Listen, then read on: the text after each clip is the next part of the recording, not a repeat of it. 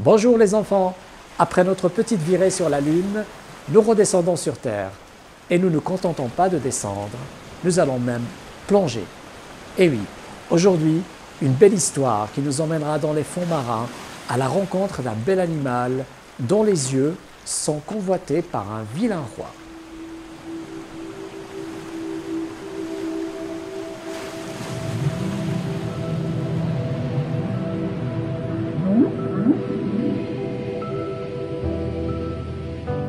Très loin d'ici, dans la mer froide, il y avait une baleine grise comme la mer, grise comme le vent et la brume.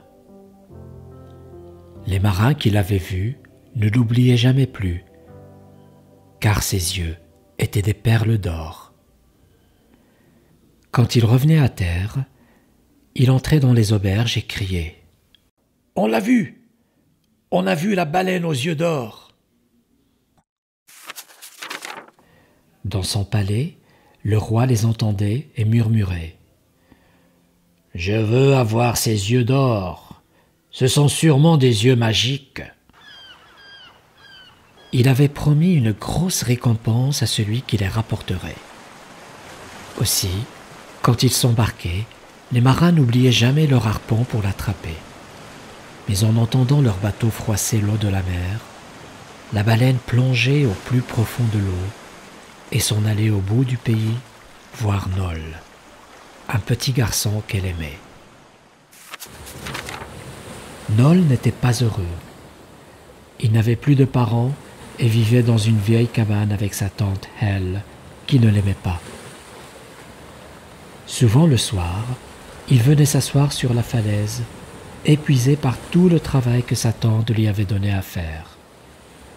Et il se mettait à pleurer si fort que parfois la mer débordait à cet endroit-là. Alors la baleine arrivait et lui parlait tendrement de sa voix qui faisait trembler les vagues. « Attends un peu, petit Nol. Un jour ta tante sera petite et faible, et toi grand et fort, et tu feras tout ce que tu voudras. Sois patient. » Hélas, ce soir-là, tante Hel avait suivi Nol à la falaise. Et quand elle voit la baleine avec ses yeux d'or, tout brillant sous la lune, elle décide aussitôt de les prendre.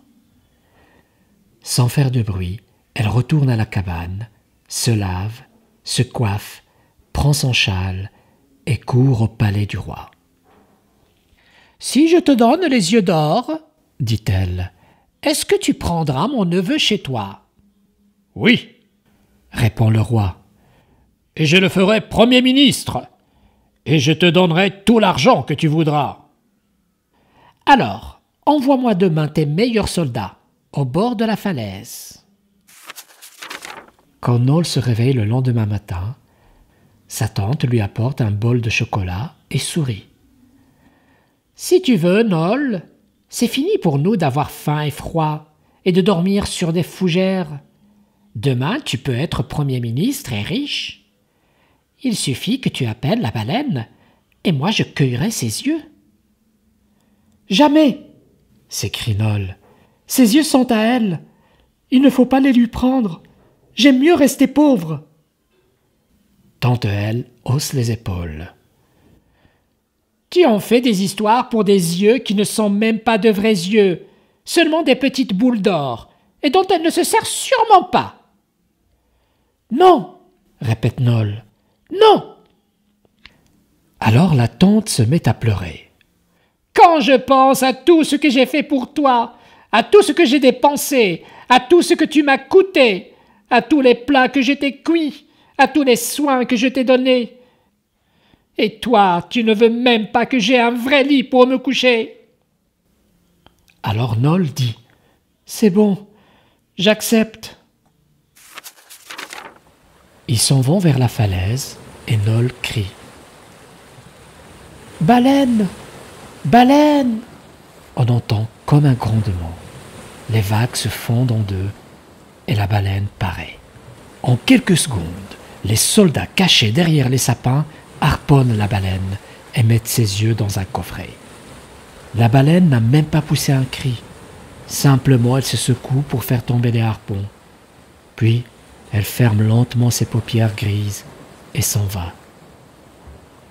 Noll reste là sans bouger à regarder l'eau froide, jusqu'à ce que sa tante le tire par la manche en disant « Allons, viens donc au palais, nous voilà riches à présent !»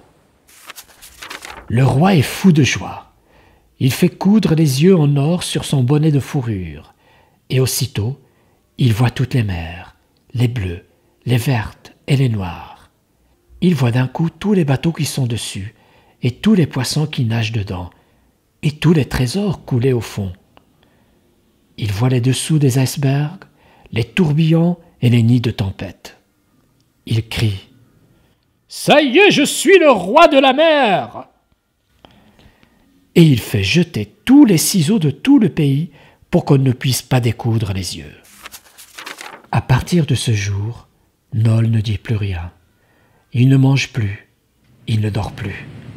Et quand il lève les yeux vers le bonnet du roi, il croit voir pleurer les yeux d'or. Alors il n'y tient plus, et un soir, il se rend à la falaise et murmure « Baleine, baleine !» Les vagues sombres se fondent en deux, et la baleine paraît. « Oh Noll !» gémit-elle.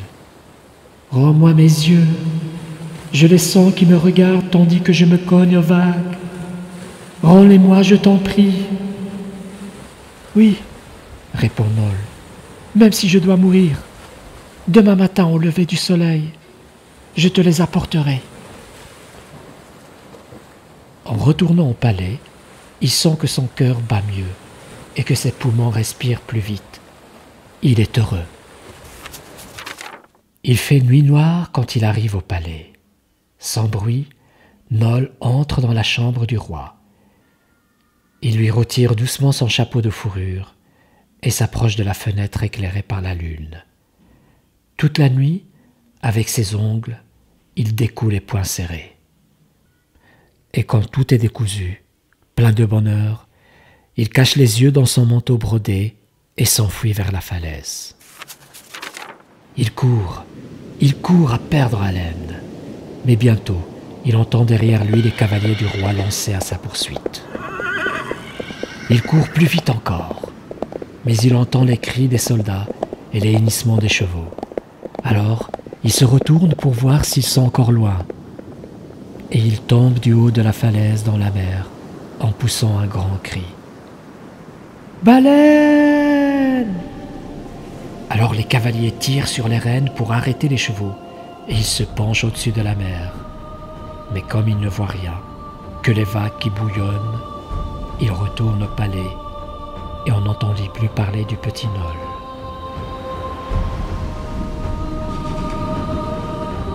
Pourtant, des marins disent qu'ils l'ont vu, et quand ils entrent dans les auberges, ils chuchotent très bas pour que le roi n'entende pas. « On l'a vu, on a vu le petit Noll. Son manteau brodé était tout blanchi de sel. Il avait l'air vraiment heureux. Il riait et s'amusait dans les vagues, bien assis sur le dos de la baleine aux yeux d'or. »